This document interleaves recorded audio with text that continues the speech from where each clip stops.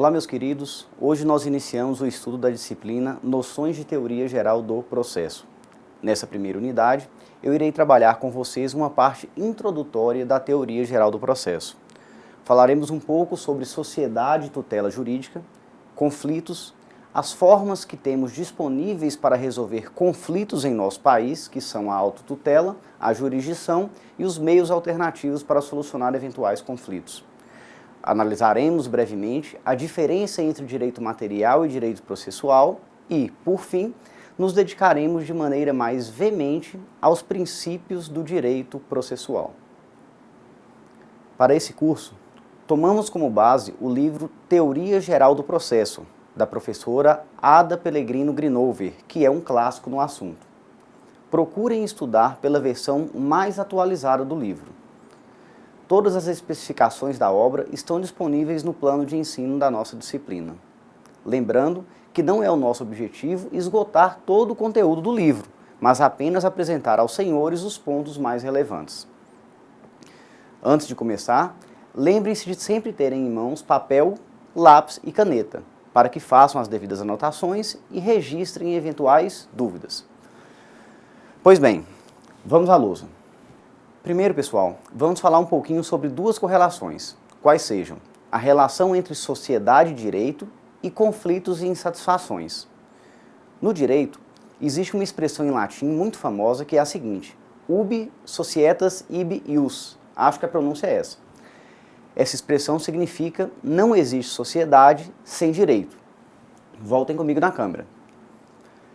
Alguém saberia explicar por que não existe sociedade sem direito? Ora, o direito tem aquilo que chamamos de função ordenadora, ou seja, o direito tem a função de coordenar os interesses da vida em sociedade, da vida social, organizando a cooperação entre as pessoas e resolvendo os conflitos. Já dissemos no outro momento que a principal função do direito é estabelecer padrões de conduta para regular a vida em sociedade. Sempre que for instaurado um conflito, o direito irá solucionar essa contenda. É natural, portanto, que na ocorrência de um conflito surja uma insatisfação. Concordam? Por exemplo, eu, Samerli, compro um terreno, um pedaço de terra. Quando eu começo a construir, o meu vizinho começa a criar embaraços. Começa a me encher o saco, né, como já dizia a expressão popular. Passa a dizer que eu tenho que deixar uma distância maior entre a minha janela e a casa dele, dentre outras situações que ele passa a exigir. Percebam que se eu não concordar com as exigências do meu vizinho, nós teremos um conflito. E esse conflito, obviamente, traduz uma insatisfação, tanto por parte minha quanto por parte dele. Ok? Então, normalmente, o conflito ele vem acompanhado de uma insatisfação. Se temos um conflito, como vamos resolver essa situação? Alguém sabe? Hoje em dia está na moda, né? Todo mundo sabe. Se eu tenho um problema, eu vou fazer o quê? Eu vou ajuizar uma ação, eu vou abrir um processo, eu vou te processar. Nos dias atuais, todo mundo quer processar todo mundo, não é mesmo? Em termos mais técnicos, hoje, havendo um conflito, o direito, que é o conjunto de regras e princípios que temos em nosso país, no Brasil, diz que nós temos que chamar o Estado juiz, ou seja, o Poder Judiciário, que vai dizer qual a vontade do ordenamento jurídico para aquela situação concreta, aquela situação específica. No exemplo dado, né, no caso lá da briga de vizinhos, o nosso Código Civil dispõe de uma série de regras que devem ser observadas. São chamados direitos de vizinhança. Ok? Bom, a questão, meus caros, é que nem sempre fomos civilizados da forma como somos hoje. Hoje, atualmente, né, se temos um problema, judicializamos a questão e o Estado, o juiz, o Poder Judiciário vai nos dar uma resposta, resolvendo o conflito. Antigamente, contudo, a situação era bem diferente, né? Voltem comigo no mesmo slide. Observem esse tópico. Da autotutela à jurisdição. E agora voltem comigo aqui na câmera. Nas sociedades mais primitivas, nós não tínhamos um Estado estruturado como temos hoje. Não tínhamos, inclusive, uma estrutura de normas e princípios organizados como temos atualmente.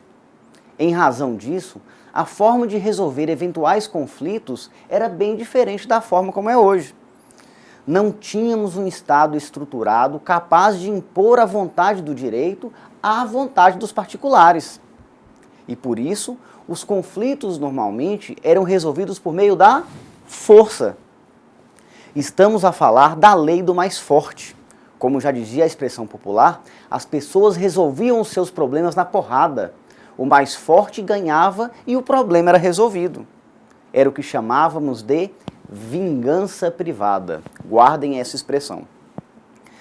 A essa forma de resolver os conflitos com a própria força, a vingança privada, denominamos autotutela ou, autodefesa. São expressões sinônimas. O problema da autotutela é porque ela não traz justiça. Convenhamos, imaginem eu, Samerli, 1,69 m de altura, e raquítico. Eu jamais teria um conflito resolvido a meu favor. Isso porque certamente os meus oponentes iriam me moer na porrada. Apesar de que hoje eu faço Muay Thai e boxe para tentar minimizar aí essa discrepância. A autotutela, então, não trazia justiça. E isso, convenhamos, era um problema. Além da autotutela, colocamos no slide a autocomposição, que existe até hoje. A autocomposição ela é uma espécie de acordo em que as partes fazem concessões em seus interesses. Nós vamos estudar isso um pouco mais à frente.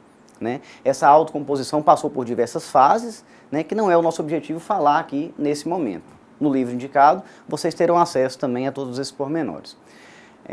Com o tempo, à medida que o Estado foi se afirmando, ele passou a absorver o poder de ditar soluções para os conflitos. Temos, então, uma evolução da justiça privada para a justiça pública. O Estado, agora já suficientemente fortalecido e amparado no ordenamento jurídico, impõe aos particulares a sua autoridade na solução de conflitos de interesses. Ok? Essa atividade que os juízes estatais examinam as pretensões e resolvem os conflitos, nós chamamos de jurisdição. Vamos à lousa. Pela jurisdição, os juízes agem em substituição às partes, que não podem mais fazer justiça com as próprias mãos, já que é vedada a autodefesa, pelo menos em regra. A elas, essas pessoas, que não mais podem agir por si mesmos, resta a possibilidade de provocar o exercício da função jurisdicional. É importante lembrar que essa evolução da justiça privada para a justiça pública não ocorreu de maneira linear. Se formos analisar especificamente ao longo da história, temos idas e vindas até chegarmos à ideia de justiça pública que temos hoje. Outra informação importante, que estudaremos mais à frente, é que a autotutela, a imposição da força como forma de resolver um conflito, é vedada, é proibida como regra. Eu disse, ok? Ainda hoje nós temos, embora em regime de exceção, a possibilidade de autotutela. Falaremos disso um pouco mais à frente. Pois bem, pessoal, por hoje é o suficiente.